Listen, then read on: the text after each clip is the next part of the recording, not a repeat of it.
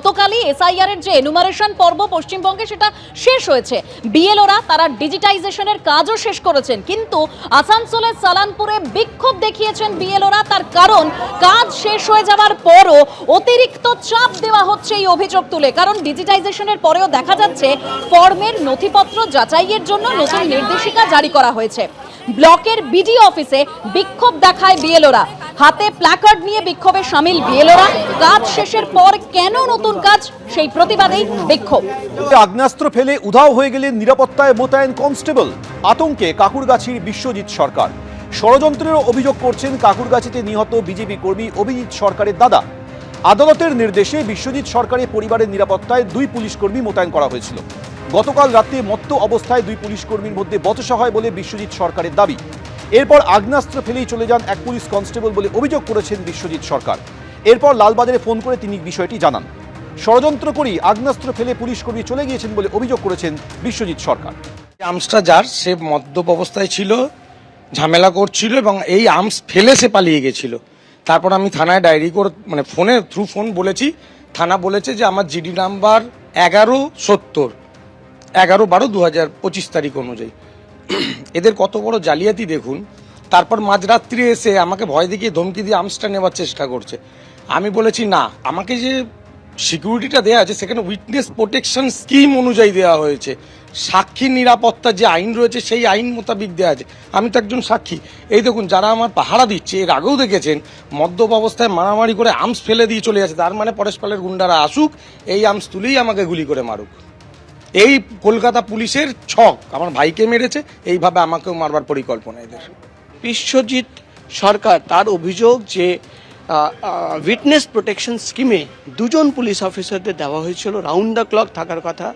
তার মধ্যে একজন পুলিশ অফিসার, তিনি কিন্তু নিজের অস্ত্র ফেলে পালিয়ে গেছেন, তার অভিযোগ। এবং মদ্যপ অবস্থায় তিনি ছিলেন, নিজেদের মধ্যে কোনো ঝামেলা হয় তারপরেই কিন্তু পালিয়ে গেছেন। এখানে কিন্তু স্বাভাবিকভাবে পরিবার প্রশ্ন তুলছে যে একদিকে যেমন সন্দেশখালিতে সাক্ষীর ওপরে হামলা চালানোর অভিযোগ, অ্যাক্সিডেন্ট দেখিয়ে খুনের অভিযোগ, কলকাতা শহরে আরেক সাক্ষী কিন্তু এই প্রশ্ন তুলছে যে উইটনেস প্রোটেকশন স্কিমে যে পুলিশ কর্মীদের পাঠানো হয়েছিল তাদের মধ্যে একজনই নিজের আর্মস ফেলে পালিয়ে গেছে, এমনই অভিযোগ করছে বিশ্বজিৎ সরকার। ক্যামেরায় শ্যামল জানার সঙ্গে প্রকাশ সিনহা, এবিপি আনন্দ, কলকাতা। অন্যদিকে ফের পুলিশকে চালাকাট দিয়ে পেটানোর দাওয়াই দিয়ে বিতর্কে জড়িয়ে পড়লেন বনগাঁ দক্ষিণের বিজেপি বিধায়ক স্বপন মজুমদার। তিনি কি বলছেন, যে পুলিশ তৃণমূলের কথা শুনে গরিব মানুষের উপর অন্যায় করতে যাবে, সাধারণ মানুষের উপরে পুলিশ চড়াও হলে আপনারা জোটবদ্ধ হন, অত্যাচার করলে পুলিশকে চালাকাট দিয়ে পেটান, দাওয়াই বিজেপি বিধায়কের। স্বপন মজুমদার সমাজ বিরোধী, পাল্টা আক্রমণ জেলা তৃণমূল নেতৃত্বে। পশ্চিমবঙ্গের মুখ্যমন্ত্রী হয়ে, প্রশাসনিক কর্তা হয়ে আজকে একটা গণতান্ত্রিক দেশের এই পুলিশগুলো যখন এই সাধারণ মানুষের গণধোলাই খাবে, তখন ওরা আসল যে ওদের কর্তব্য দায়িত্ব বোধ, সেটা তখন হয়তো আসতে পারে। আমি এই চটি চাটাদের সম্পর্কে আর বিশেষ কিছু বলবো না। এরা যেখানে অন্যায় কাজ করতে চাইবে অবৈধভাবে, তৃণমূল এই দালালদের কথা শুনে অপোজিশন পার্টি করো এবং সাধারণ গরিব মানুষ তাদের উপর চড়াও হবে। আপনারা প্রত্যেকটা পাড়ায় পাড়ায় জোটবদ্ধ হন, চলাকাট ধরে পিটাবেন, একদম সোজা চলাকাট ধরে পিটাবেন। যেভাবে এখানকার মতুয়া ভোটার থেকে শুরু করে সাধারণ তপশিলি সমাজে ভোটের যে ধস নামিয়ে দিয়েছেন, ভোটে খসড়া ভোটার লিস্ট বেরোলে একটা বিজেপি নেই। যারা মানুষকে বিভ্রান্ত করেছিলেন তারা পাড়ায় ঢুকতে পারবে না।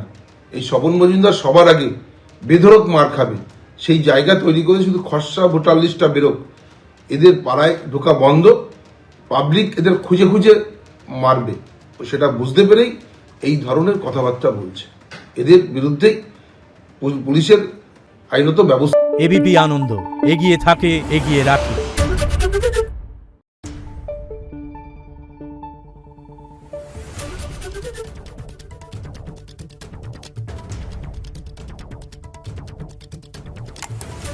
Thank you.